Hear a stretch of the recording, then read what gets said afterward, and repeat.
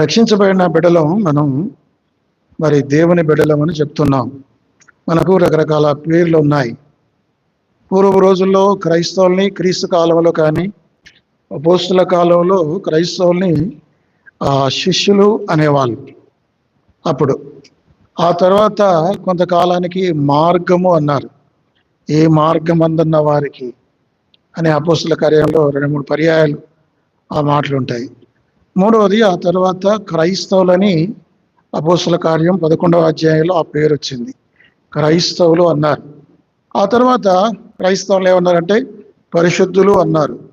రోమాల్లో ఉన్న పరిశుద్ధులకు అని పౌలు రాస్తాడు, కొరింథీలో ఉన్న పరిశుద్ధులకు అని రాస్తాడు, పరిశుద్ధులు అని అన్నారు. ఆ తర్వాత మనల్ని ఏమన్నారంటే విశ్వాసులు అని అన్నారు. ఏమన్నారు? విశ్వాసులు అన్నారు. ఇన్ని రకాలుగా క్రైస్తవుల్ని పిలిచేవాళ్ళు. అయితే ఈరోజు ఇంకా చాలా పేర్లు మనకి ఇవ్వబడ్డాయి. వాటి గురించి యేసుక్రీస్తులో మనకున్న ఆ యొక్క గుర్తింపు ఏమిటో, our identity in Christ Jesus, అది మన పాఠ్యం. యేసుక్రీస్తులో మనకున్న భాగ్యం, యేసుక్రీస్తుకు మనం వాట్ వీఆర్ టు గాడ్ అనే అంశాన్ని గురించి మనం ధ్యానం చేద్దాం.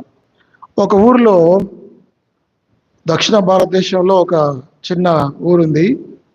ఆ ఊరిలో ఒక వృద్ధ దంపతులు మిషనరీలు ఉండేవారు. ఆ మిషనరీలు ఒక అనాథాశ్రమం నడుపుతున్నారు. ఆ అనాథాశ్రమంలో చాలామంది పిల్లల్ని వాళ్ళు చేర్చుకునేవారు, వాళ్ళు పోషించేవారు, వాళ్ళు చదువులు చెప్పేవారు, అన్ని విధాలుగా వారిని పట్టించుకునేవారు. ఓ రోజు ఒక తల్లిదండ్రులు, మరి ఎవరో తెలియదు మనకు, ఒక చిన్న బాలుని ఆ గేటు దగ్గర విడిచిపెట్టి పోయారు చిన్న వయసులో. ఆ వృద్ధ దంపతులు అతన్ని లోపలికి తీసుకున్నారు. మరి తన బిడ్డగా వారిని చూసుకున్నారు, అన్ని విధాలా పోషించారు. కొద్దిగా పెద్దగా అయ్యాడు. తర్వాత ఆ పిల్లవాడు ఎంతో నిమ్మలంగా మౌనంగా ఉండేవాడు, చాలా నిశ్శబ్దంగా ఉండేవాడు. అందరి పిల్లలు ఆడుకునేవాళ్ళు, చురుగ్గా ఉండేవాళ్ళు, ఉత్సాహంగా ఉండేవాడు. కానీ ఈ పిల్లవాడు మాత్రం ఎప్పుడూ గేటు దగ్గర నిలబడేవాడు. వచ్చిపోయే వాహనాలు చూసేవారు. నేనెవరిని, నా కోసం ఎవరన్నా వస్తారేమో అని ఎదురు చూస్తుండేవాళ్ళు. కానీ ఎవరు రాకపోయేవాళ్ళు. చాలా నిరాశగా ఆ గేటు దగ్గర కూర్చునేవాళ్ళు. అప్పుడు ఒకరోజు ఒక పెద్ద మనిషి చాలా గేట్ లోపలికి వచ్చి గేటు దగ్గర నిలబడి ఆ బిడ్డను చూసి లోపలికి తీసుకొని వచ్చాడు. ఈ బిడ్డను నేను తీసుకుంటాను, దత్తత తీసుకుంటానని చెప్పాడు. చెప్తే వాళ్ళు అన్నారు, అక్కడ పనిచేసే వాళ్ళు అన్నారు, అయ్యా ఈ పిల్లవాడు చాలా చురుకైన వ్యక్తి కాదు, చాలా మౌనంగా ఉంటాడు, ఇతను వద్దు అన్నారు. అతను అన్నాడు, లేదు లేదు, నాకు ఆ అబ్బాయి కావాలి, నాకు అతనిలో కొన్ని నచ్చిన గుణాలు ఉన్నాయి, కాబట్టి నేను అతను దత్తత తీసుకున్నాను. దాని మీద సైన్ చేశాడు, అడాప్షన్ పేపర్ మీద దత్తత తీసుకున్నాడు. దత్తత తీసుకొని ఈ పిల్లవాడిని పట్టుకొని వెళ్తున్నాడు, నడుచుకుంటూ వెళ్తున్నాడు. ఆ పిల్లవాడు పైకి చూసి, ఇప్పుడు నేను ఎవరిని అన్నాడు. ఎవరినంటే, నీ పేరు అరుణ్, ఇంతకుముందు, ఇప్పుడు నీ పేరు అరుణ్ మాథ్యూ, ఇప్పుడు నేను నీ తండ్రిని, ఇప్పుడు నా కుటుంబంలో నువ్వు వచ్చావు, నీవు నా కుమారుడవు, నేను నీ తండ్రిని అనగానే ఆ పిల్లవాడు ఎంతో సంతోషం కలిగింది. అయ్యో, ఇంతకాలం నాకు ఎవరూ లేరనుకున్నాను, నేను ఒంటరి అనుకున్నాను, దిగాలుగా చింతగా కూర్చున్నాను. ఇప్పుడు నాకంటూ ఒక ఉనికి ఉంది, నాకంటూ ఒక గుర్తింపు ఉంది, నేను ఒక కుటుంబంలో చేర్చబడ్డాను, నాకు మంచి భవిష్యత్తు ఉంది అని ఆ పిల్లవాడు ఎంతో సంతోషపడ్డాడు. దీన్ని బట్టి మనం నేర్చుకునేది ఏమిటంటే, ఒకప్పుడు మనం కూడా ఆత్మీయంగా అనాథులం, అంతే కదా? ఆత్మీయంగా మనం అనాథులం, విడవబడిన వారం, ఏ దిక్కు లేని వారం. అలాంటి మనల్ని యేసుక్రీస్తు ప్రభువారు, బైబిల్లో మనం చూస్తున్నాం కదా, ఏ వాగ్దానం లేదు, నిబంధన లేదు, పరజనులం, పరదేశులం, దేవుడు లేని వారు. అలాంటి మనల్ని యేసు ప్రభువారు ఆయన రక్తంతో మనల్ని కడిగాడు, మన కొరకు పురాణం పెట్టాడు. అయితే ఇప్పుడు దాని గురించి మనం ఎలాంటి వాళ్ళమో, ఆయనకు మనకున్న సంబంధాన్ని గురించి నేను కొన్ని విషయాలు మీకు చెప్తాను. యోహాను సువార్త 15వ అధ్యాయం 15వ వచనం, దాసుడు తన యజమానుడు చేయి దాన్ని ఎరగడు గనక ఇక మిమ్మల్ని దాసులని పిలవక స్నేహితులని పిలుచుచున్నాను. We are friends to God. మనం దేవునికి స్నేహితులం. మనం చూడండి, నరేంద్ర మోడీకి మనం స్నేహితులం కాలేము. అవుతామా? లేకపోతే అవర్ చీఫ్ మినిస్టర్ ఎవరైనా రేవంత్ రెడ్డికి మనం స్నేహితులం కాలేము. అవుతామా? అది వాళ్ళేమో చాలా పై స్థాయిలో ఉన్నారు, కానీ మనం దేవునికి స్నేహితులుగా కావచ్చు. ఒక విశ్వాసి రక్షింపబడ్డ బిడ్డ దేవునికి స్నేహితులుగా జీవించే అవకాశం ఉంది. అట్టి భాగ్యం దేవుడు మనకి ఇచ్చాడు. పాత నిబంధనలో 2 వ్యక్తులు దేవునికి స్నేహితులుగా ఉన్నారు. ఒక ఆయన ఎవరు? అబ్రహాము. మీకు ఆ మాటలు యాకోబు 2:23లో ఆ మాటలు ఉంటాయి. దేవుని స్నేహితుడని అబ్రహామునకు పేరు కలిగెను. కాబట్టి దేవుని స్నేహితుడు ఆయన. నిర్గమకాండం 33వ అధ్యాయం 11వ వచనం. నిర్గమకాండం 33వ అధ్యాయం 11వ వచనం అమ్మా. మనుషుడు తన స్నేహితులతో మాట్లాడినట్టు యెహోవా ముఖాముఖిగా మాట్లాడుచుండెను. తర్వాత కాబట్టి ఇక్కడ రాయబడిన మాట అంటే మనుష్యుడు తన స్నేహితులతో మాట్లాడినట్టు యెహోవా మోషేతో ముఖాముఖిగా. కాబట్టి దేవుడు మోషే స్నేహితుల్లాగా మాట్లాడుకునేవాళ్ళు. ఇప్పుడు మనకు స్నేహితులు ఎవరు పడితే వాళ్ళ స్నేహితులు కాదు. మనకు తెలిసిన వారు మనం రోడ్డు మీద వెళ్తూ ఉంటే వాళ్ళు ఏం చేస్తారు? మనకు విష్ చేస్తారు. విష్ చేసిన వాళ్ళందరూ మనకు స్నేహితులేనా? కాదు, తెలిసిన వాళ్ళు పరిచయస్తులు. స్నేహితులు అంటే ఏమిటంటే, స్నేహితులు అంటే చాలా దగ్గర సంబంధం ఉండేవాళ్ళు. మన విషయాలన్నీ వాళ్ళకి తెలిసి ఉంటాయి, వాళ్ళ విషయాలన్నీ మనకు తెలిసి ఉంటాయి. ఒక ఆయన నిర్వచనం ఇచ్చాడు, ఈ ప్రపంచంలో నన్ను అందరూ విడిచిన, లోకమంతా విడిచిన, నన్ను విడవకుండా నన్ను ప్రేమించేవాడే నాకు స్నేహితుడు. బైబిల్లో ఉంది, సామెతలు 16 లేదా 17. నిజమైన స్నేహితుడు విడవక ప్రేమించను. యేసు ప్రభువు వారు నిజమైన స్నేహితుడు. ఆయనకు మనల్ని స్నేహితులుగా చేసుకున్నాం. అబ్రహాముకు దేవునికి అబ్రహాము స్నేహితులని పాత నిబంధనలో 3 సార్లు మాటలు ఉన్నాయి. కాబట్టి దేవుని స్నేహితుడైన అబ్రహాం అంటే, ఈ స్నేహితులు ఏం చేస్తారంటే, ఇప్పుడు క్లాస్ రూమ్లోకి వెళ్ళినప్పుడు పిల్లలు ఒకరి లంచ్ బాక్సులు మరొకరు పంచుకుంటారు, ఒకరి ముచ్చట్లు మరొకరు పంచుకుంటారు. అట్లాగే దేవుని సంగతులు మనతో పంచుకున్నాడు, మన సంగతులు ఆయనతో పంచుకున్నాడు. ఒక ఫ్రెండ్లీ నేచర్, ఒక స్నేహితుడిగా ఆయన మనల్ని చేసుకున్నాడు. మిమ్మల్ని దాసులుగా చేసుకొనక మిమ్మల్ని దాసులని పిలవక స్నేహితులని పిలుస్తున్నాను. ఎందుకు పిలుస్తున్నాడు స్నేహితులని? దానికి కారణం చెప్పాడు. ఏమిటంటే, ఎందుకనగా నేను నా తండ్రి వలన విన్న సంగతులన్నిటినీ మీకు తెలియజేస్తుంది. ఏమీ దాచుకో. ఫ్రెండ్స్ మధ్యలో ఎట్లుంటారు? దాపరికాలు ఉంటాయా? ఫ్రెండ్స్ మధ్యలో ఉండవు. సీక్రెట్స్ అన్నీ రివీల్ చేయబడతాయి. ఈయన విషయాలు ఆయన చెప్తాడు, ఆయన విషయాలు ఈయన చెప్తాడు. యేసుప్రభు అంటాడు, నేను ఏవైతే తండ్రి వద్ద విన్నానో అవన్నీ మీతో పంచుకున్నాను. షేరింగ్. అర్థమైందండి? కాబట్టి మరి ఆయన స్నేహితులం. నేను దేవునికి స్నేహితుడను. ఎంత సౌభాగ్యమైన ఆధిక్యత నాది. కాబట్టి కొత్త నిబంధనలో కూడా ఆయనకి స్నేహితులు ఉన్నారు. ఎవరంటే, మొట్టమొదటిగా లాజరు. యోహాను సువార్త 11వ అధ్యాయంలో అక్కడ 11వ వచనంలో రాయబడిన మాట 11 చెప్పిన తర్వాత మన స్నేహితుడైన లాజరు అంటే, స్నేహితుడైన లాజరు అంటే యేసు ప్రభు వారికి లాజరుకు ఎంత దగ్గర సంబంధం ఉందో.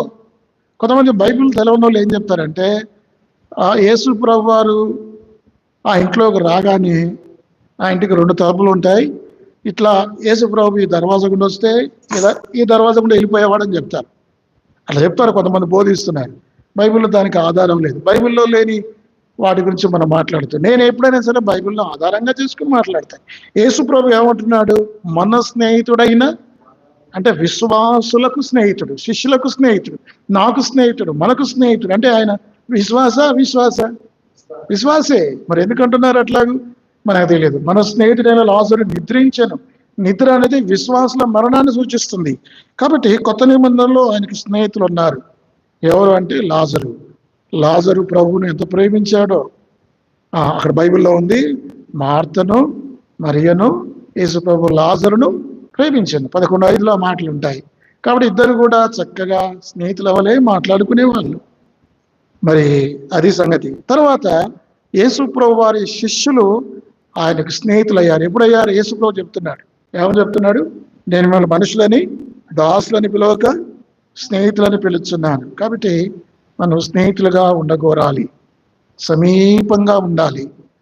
దేవుని రహస్యాలన్నీ మనకు చెప్తాడు. మన రహస్యాలన్నీ దేవుని చెప్తాడు. దేవుని రహస్యాలని మనకి ఎట్లా చెప్తాడు? వాక్యం చదవటం ద్వారా, ధ్యానించడం ద్వారా దేవుని యొక్క మర్మాలు, ఆయన ఆలోచనలు, ఆయన ఉద్దేశాలన్నీ మనకు తెలిసిపోతాయి. ఇప్పుడు మన రహస్యాలకి ఆయనకు ఎట్లా తెలుస్తాయి? ప్రార్థన ద్వారా మనం అన్నీ చెప్పుకోవచ్చు.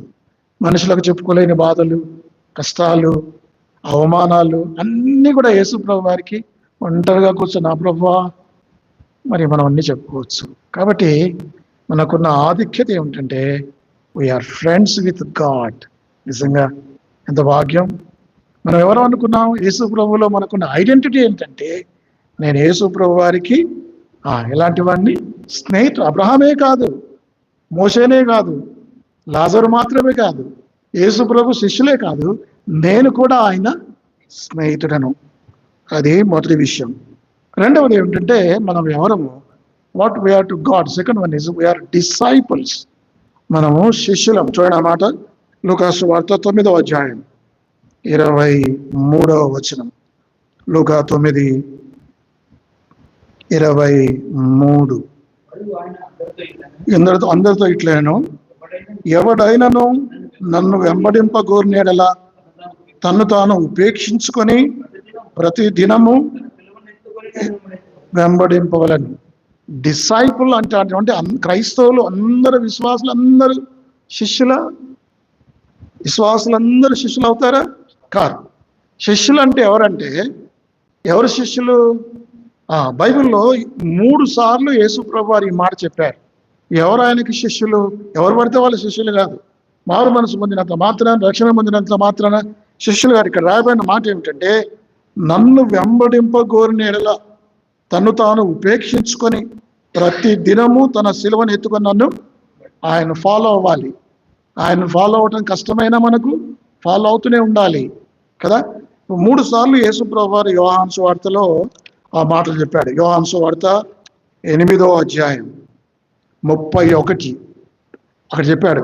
కాబట్టి యేసు తను నమ్మిన యూదులతో, మీరు నా వాక్యమందు నిలిచిన వారైతే నిజముగా నాకు శిష్యులై ఉండి. కాబట్టి మనం ఎట్లా ఉండాలంటే వాక్యమందు నిలిచి ఉండాలి, వాక్యం తెలుసుకోవాలి, వాక్య ప్రకారం ప్రవర్తించాలి, వాక్యం ఏం చెప్తే అది వినాలి. కాబట్టి మనం ఎలాంటి వాళ్ళం అంటే, ఆయన ఎప్పుడు మన శిష్యులం అవుతాం? ఆయన వాక్యాన్ని వినాలి, దాన్ని అనుసరించాలి, దాన్ని పాటించాలి. మన దైనందిన జీవితంలో వాక్య ప్రకారం నడుచుకోవాలి. ఆయన ఆజ్ఞలు గైకొంటేనే ఆయన శిష్యులం, లేకపోతే ఆయన శిష్యులం కాదు. 13వ అధ్యాయం యోహాను సువార్త 34వ వచనం. ప్రేమింపవలనని క్రొత్త ఆజ్ఞ ఇచ్చుచున్నాను, నేను మిమ్మల్ని ప్రేమించినట్టే మీరును ఒకరినొకరు ప్రేమింపవలను.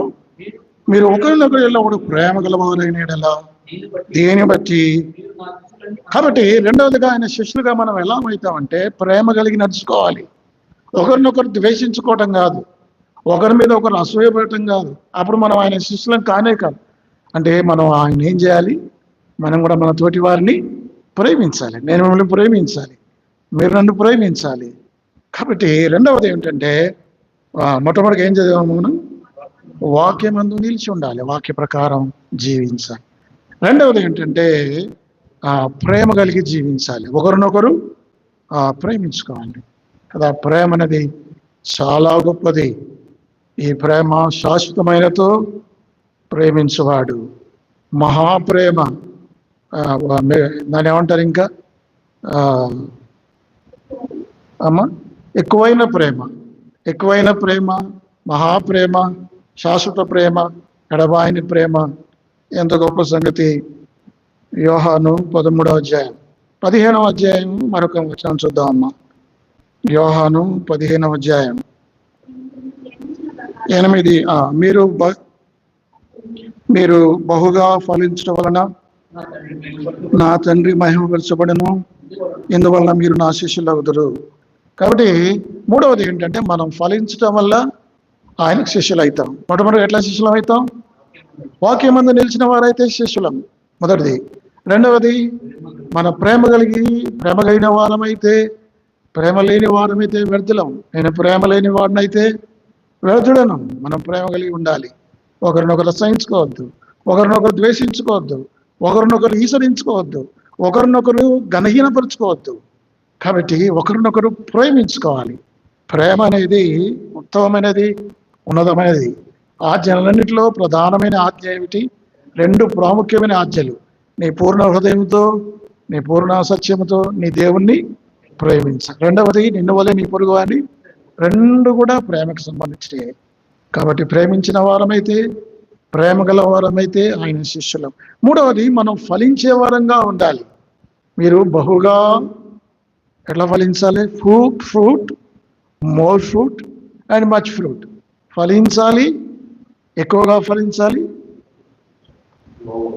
ఇప్పుడు స్టూడెంట్స్ ఉంటారు, 35 మార్కులు వచ్చినోడికి పాసు, 60 మార్కులు వస్తే, 80 మార్కులు వస్తే మనం కూడా విద్యార్థులమే.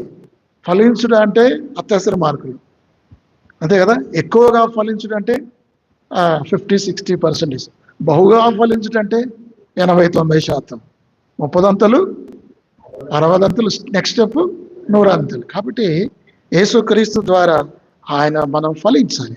నేను ద్రాక్షావళిని, మీరు తీగలు అని యేసు ప్రభు అంటాడు. ఇక సరే, రెండవది మనం ఎవరో? We are disciples. ఆయన అనుసరించాలి, ఆయన వెంబడించాలి, ఆయన అడుగుజాడల్లో మనం నడవాలి. ఆయన ఎట్లా నడిచాడో అట్లా నడవాలి. అర్థమైందమ్మా? ఆయన అడుగులో అడుగేసుకుంటూ వెళ్ళాలి. ఆయన కొన్నిసార్లు ముళ్ళ మార్గంలో నడిచాడు. ఆయన మార్గంలో ముళ్ళు ఉండొచ్చు, ఆయన మార్గంలో కష్టాలు ఉండొచ్చు. అయినా సరే ఆయన మనం విడిచిపెట్టకూడదు. కాబట్టి శిష్యరికం అనేది కష్టమైన పని. యేసు ప్రభు కేవలం మీరు నన్ను నమ్ముకోండి అన్నాడా? నమ్ముకొని విశ్వాసంగా ఉండి అన్నాడు? అట్లా అనలేదు. ఏమన్నాడు? మత్తయి సువార్త 28:19 యేసు ప్రభు చెప్పిన మాట, మత్తయి 28:19. కాబట్టి మీరు వెళ్ళి సమస్త జనులను శిష్యులుగా చేయుడి. అది సమస్త జనులను విశ్వాసులుగా చేయడం లేదు, అంటే శిష్యులుగా నేర్చుకోవాలి కదా. One who follows the teacher is the disciple. గురువును అనుసరించేవాడే విద్యార్థి. కాబట్టి మనం శిష్యులం కావాలి. శిష్యులమైన తర్వాత అనేకులు ఏం చేయాలి? మనం శిష్యులుగా EU అని ఒక ఫెలోషిప్ ఉంది స్టూడెంట్స్ది. స్టూడెంట్స్ ఫెలోషిప్ మీకు విన్నారా పేరు? ఎవాంజలికల్ యూనియన్ స్టూడెంట్స్ అని అంటారు. వాళ్ళకు క్యాంప్స్ ఉంటాయి. మొట్టమొదటిగా జాయ్ క్యాంప్ అని ఉంటుంది. అదేంటంటే అందులో రక్షణ తీర్మానం చేసుకుంటారు. రెండవది డిసైపుల్షిప్ ట్రైనింగ్, DT క్యాంప్ అంటారు, అది రెండవది స్టెప్. మూడవది LT camp, leadership training camp అని ఒక వారం 10 రోజులు ఉంటుంది. కాబట్టి డిసైపుల్షిప్ ట్రైనింగ్ క్యాంపులో ఎట్లా నువ్వు డిసైపుల్గా ఉండాలి, ఎట్లా ఒక మంచి శిష్యుడిగా ఉండాలని నేర్పిస్తారు. సరే, రెండవది మనం ఎవరం అంటే, మొట్టమొదటిగా మనం ఎవరం? మనం యేసు ప్రభు వారి స్నేహితులం, అది మొట్టమొదటి. రెండవది మనం ఎవరు? ఆయన యొక్క శిష్యులం, అది రెండవది. మూడవది మనం ఎవరం అంటే, అది కూడా మీకు చెప్తాను. Third thing is we are his children. మనం ఎవరమాట? ఆయన పిల్లలం. యేసు తండ్రి అయిన దేవునికి ఒక్కడే కుమారుడు. ఎంతమంది కుమారులు దేవునికి? బైబిల్లో 2 కుమారులు 3 కుమారులు చెప్పండి. ఎంతమంది? జనితైక కుమారుడు, అద్వితీయ కుమారుడు, అంటే ద్వితీయము కానివాడు, అంటే ఇద్దరు లేరు. ఏకైక, జనితైక, అద్వితీయ కుమారుడు యేసు ప్రభువారు ఒక్కడే ఆయన కుమారుడు. అయితే మరి మనం ఎవరు అంటే, మనమందరం కూడా దత్తత తీసుకోబడ్డాం. ఇందాక నేను స్టోరీ చెప్పాను కదా, మనమందరం ఎవరు? దత్త పుత్రులం. దత్తపుత్రులుగా మళ్ళీ స్వీకరించాడు. యేసుక్రీస్తును బట్టి ఆయన పిల్లలమయ్యాం.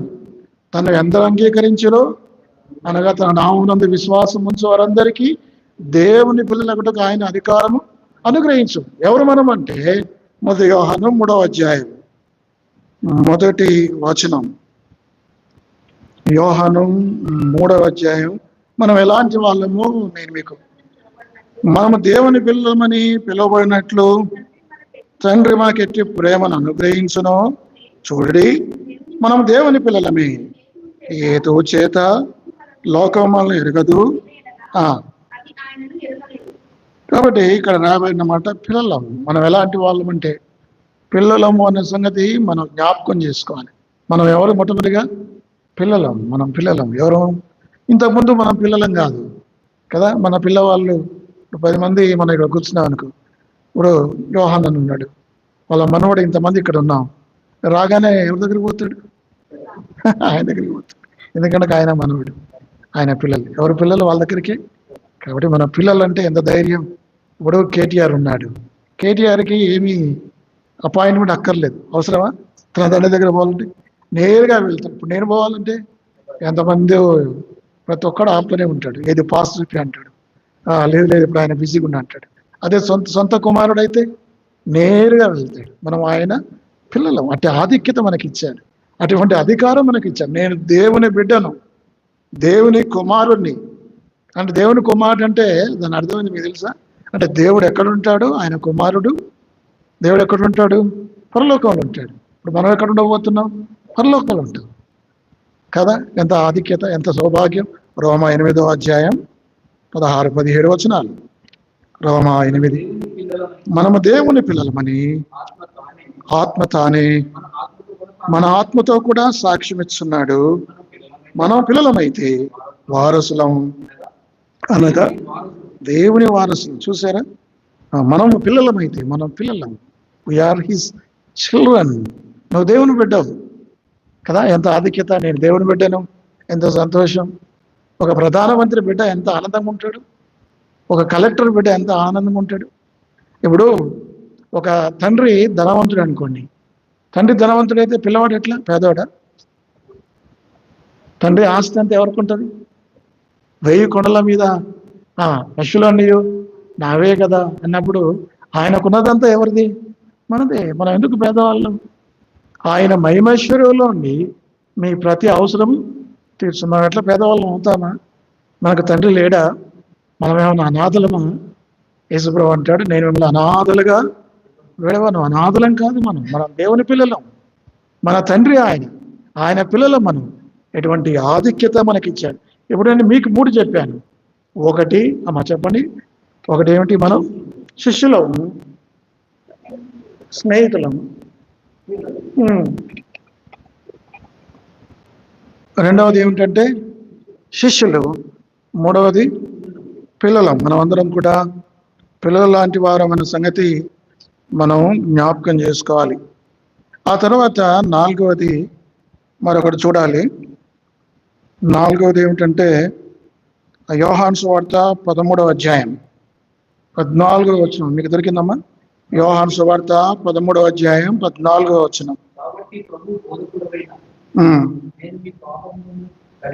నీ పాదములు కడిగినలా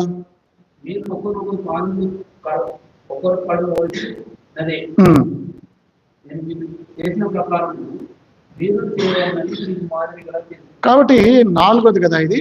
4వది అంటే వీఆర్ హిస్ సర్వెంట్స్. ఎవరో మనం ఆయన పరిచారకులం, ఆయన సేవకులం, ఆయన దాసులం. యేసు ప్రభు వారే సాక్షాత్తు శిష్యుల పాదాలు కడిగితే మనం దాసులం కాదా? దాసులమా కాదా? 1 కొరింథీ 1వ అధ్యాయం 1వ వచనం.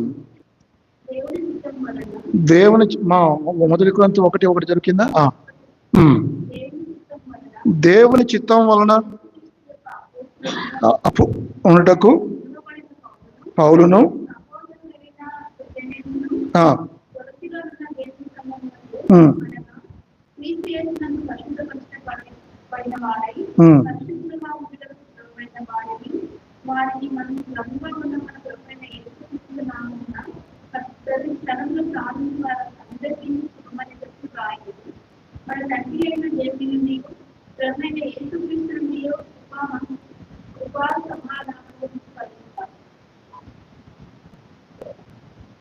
సర్వెంట్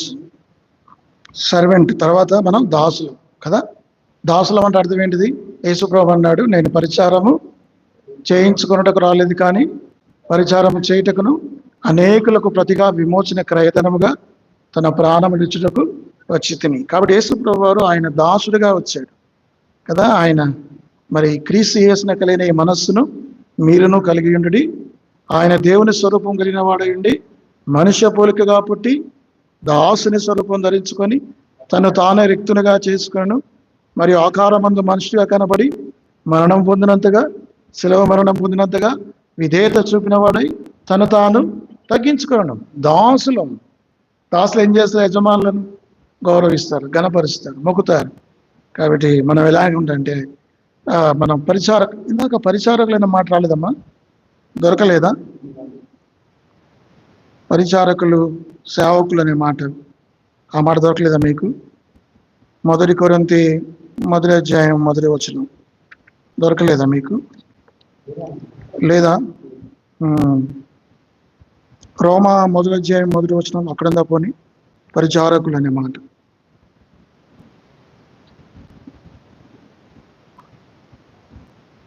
పరిచారకులని లేదా?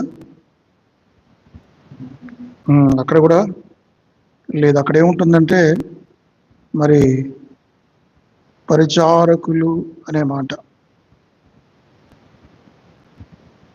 రోమా 1:1 అమ్మా. రోమా 1 యేసుక్రీస్తు దాసుడను, ఏమన్నా యేసుక్రీస్తు యొక్క దాసుడు ఆయన. అది మనం ఎవరం అంటే దాసులం. ఇప్పుడు మీకు ఎన్ని చెప్పాను నేను? మనం స్నేహితులం, రెండవది శిష్యులం, మూడవది పిల్లలం, నాలుగవది సేవకులం, అది నాలుగవది.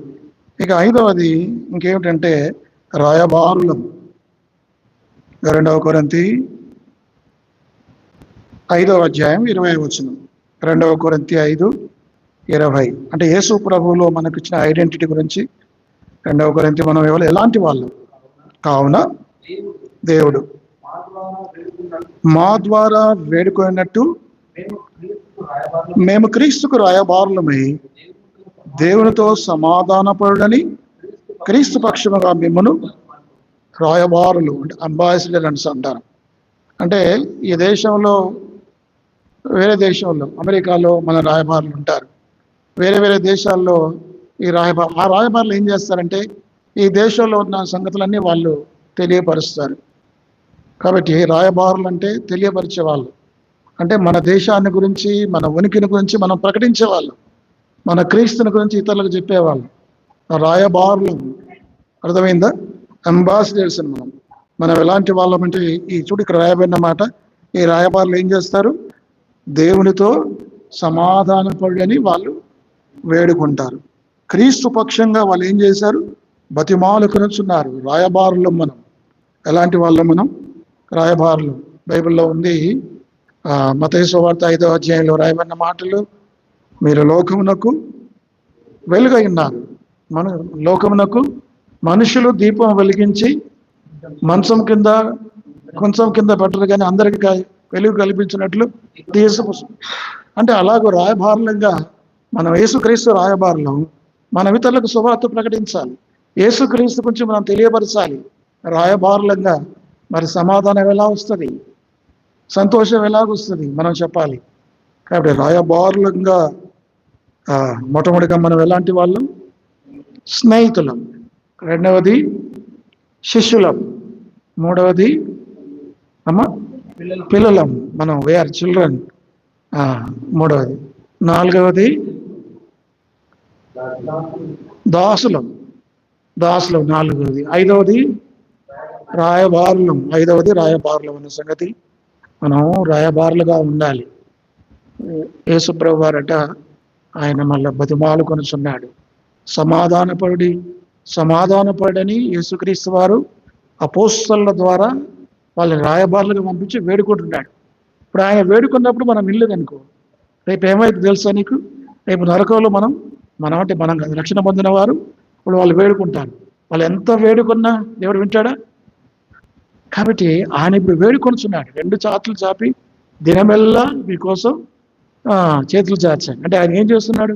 వేడుకొనుచున్నాడు. ఆ రోజులు అపోస్తుల ద్వారా వేడుకొస్తున్నాడు, ఈ రోజులు దేవుని ద్వారా, దేవుని వాక్యం ద్వారా, దాసుల ద్వారా, పరిచారకుల ద్వారా, సువార్థికుల ద్వారా వేడుకుంటే, అమ్మా మారు మనసు పొందండి, రక్షణ పొందండి, ఎందుకు మీరు పాపంలో నశిస్తారు, ఎందుకు నిత్య నరకానికి వెళ్తారు? సమాధానపడండి, దేవుడు మీ పాపాలు క్షమిస్తాడు అని రాయబారులుగా మనం ఏం చేయాలి? లోకానికి క్రీస్తుని గురించి మనం ప్రతినిధులుగా చెప్పాలి. ఈ రోజున మనం వేడుకున్నది వాళ్ళు వినకపోతే రేపు నరకంలో వాళ్ళు వేడుకున్నా, ఎంత వేడుకున్నా కానీ, ఒకసారి నరకంలో యేసుప్రభు వారు పోయారట. యేసుప్రభు పోగానే నరకం అంతా నిశ్శబ్దం అయిపోయింది, కామ్ అయిపోయింది. అప్పటిదాకా కేకలేసే వాళ్ళు, అరిసేవాళ్ళు, బాధపడే వాళ్ళు, దాహం అరిసేవాళ్ళు ఒక్కసారి నిమ్మలమైంది. నిమ్మలమైన తర్వాత అప్పుడు అందులో ఒకడు, యేసుప్రభు నన్ను భూమి మీదకి ఒక్క నిమిషం నన్ను భూమి మీదకి పంపించు ప్రభు అని. ఎంతసేపు? ఒక్క నిమిషమే.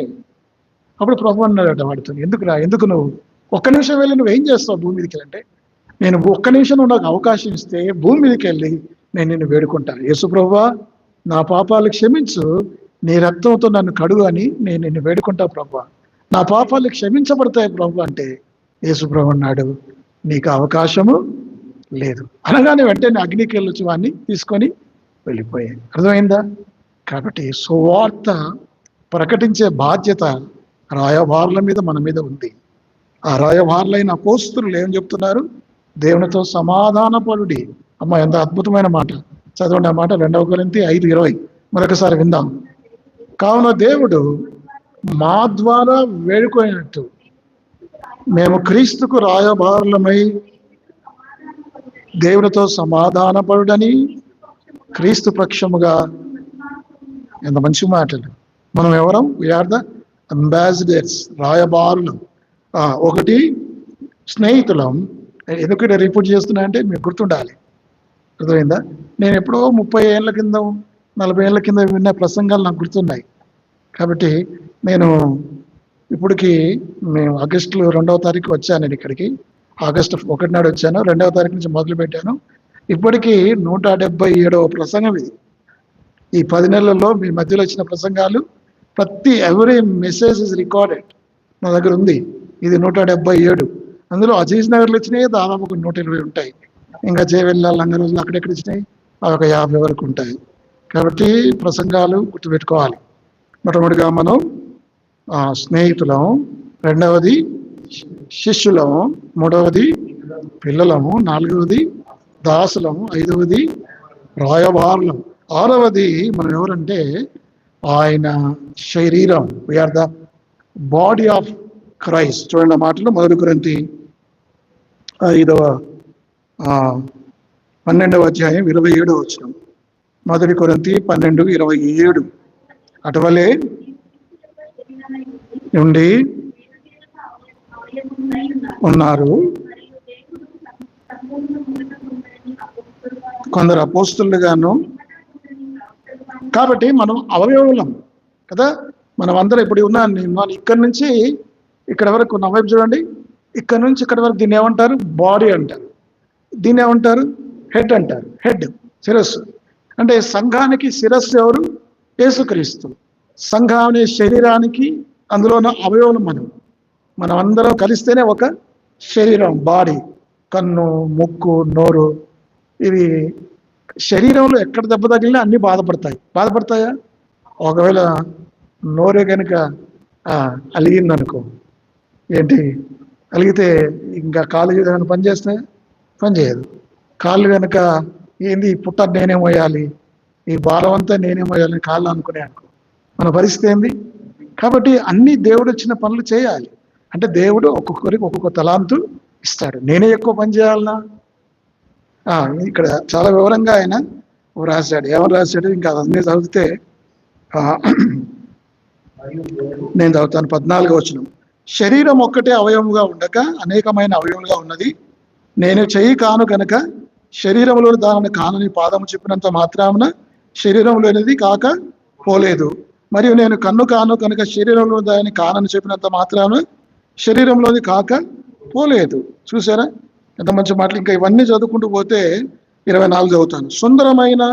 సుందరములైన మన అవయవులకు ఎక్కువ సౌందర్యం అక్కర్లేదు. అంటే ఇదంతా ఏంటంటే శరీరంలో మన ఒక పార్ట్. ఈ సంఘంలో మనమందరం ఒక అంగములము. మన బాధ్యతలు మనకున్నాయి. దేవుడు కొంతమందికి కొన్ని టాలెంట్స్ ఇస్తాడు. ఒకరికి పాటలు పాడేది, ఒకరికి వాక్యం చెప్పేది, ఒకరికి శుభ్రం చేసేది, ఒక్కొక్కరికి ఒక్కొక్క తలాంతు. మనం అందరం కలిసి దేవుని పనిని క్షేమాభివృద్ధి చేయాలి. ఇంకొక వచనం కూడా ఉంది చూడండి, ఆ మాటలు రోమీలకు రాసిన పత్రిక 12వ అధ్యాయం. అంటే మనం శరీరంలో ఒక అవయవంలో, ఏం శరీరం ఇది, ఏ శరీరం ఇది చెప్పండి? ఈ శరీరం, దీనికి ఒక పేరు ఉంది ఈ శరీరానికి. ఏ శరీరం ఇది? క్రీస్తు శరీరమే. దానికి ఇంకొక మంచి పేరు, సంఘము అనే శరీరం కదా. ఏం శరీరం ఇది?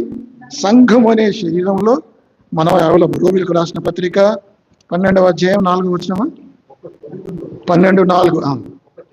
ఒక్క శరీరములో అనేక అవయవములు ఉండినను ఎలాగూ ఉండదో అలాగే అనేకులమైన మనము క్రీస్తులో ఒక్క శరీరముగా ఉండి ఒకరికొకరము ప్రత్యేక అవయవమే ఉన్నాము. నేను చదువుతాను. మనకు అనుకరింపబడిన కృపా చొప్పున వేరు వేరు కృపావరములు కలిగిన వారమై ఉన్నాము. అంటే ఎంత చక్కని మాటలు. నేను యేసుక్రీస్తు అనే శరీరంలో నేను ఒక అవయవాన్ని, ఆయన బాడీ మెంబర్. నేను సంఘంలో నేను ఒక అంగాన్ని. ఇప్పుడు ఈ ఇటుకల ఈ ఇల్లు ఉంది అంటే మీకు అర్థం చేసుకోవాలంటే మీకు చెప్తాను. ఇంత మంచిగా మీరంతా పెయింటర్స్ చక్కగా పెయింట్ చేశారు. ఇప్పుడు నేనేం చేస్తా అంటే, ఇందులో ఇన్ని ఇటుకలు ఉన్నాయి కదా, ఒక్క ఇటుక ఇక్కడ రంధ్రం చేసి ఒక ఇటుక తీస్తాను. ఎన్ని తీశాను? ఒకటి తీశాను. అప్పుడు చూడటానికి ఎట్లా ఉంటుంది? ఎంత అగ్లీగా ఉంటుంది. మరి ఒక్కటే కదా. అంటే దేవుని శరీరం అనే సంఘంలో నేను లేకపోతే దాంట్లో ఏముంటుంది? కొరత. It look likes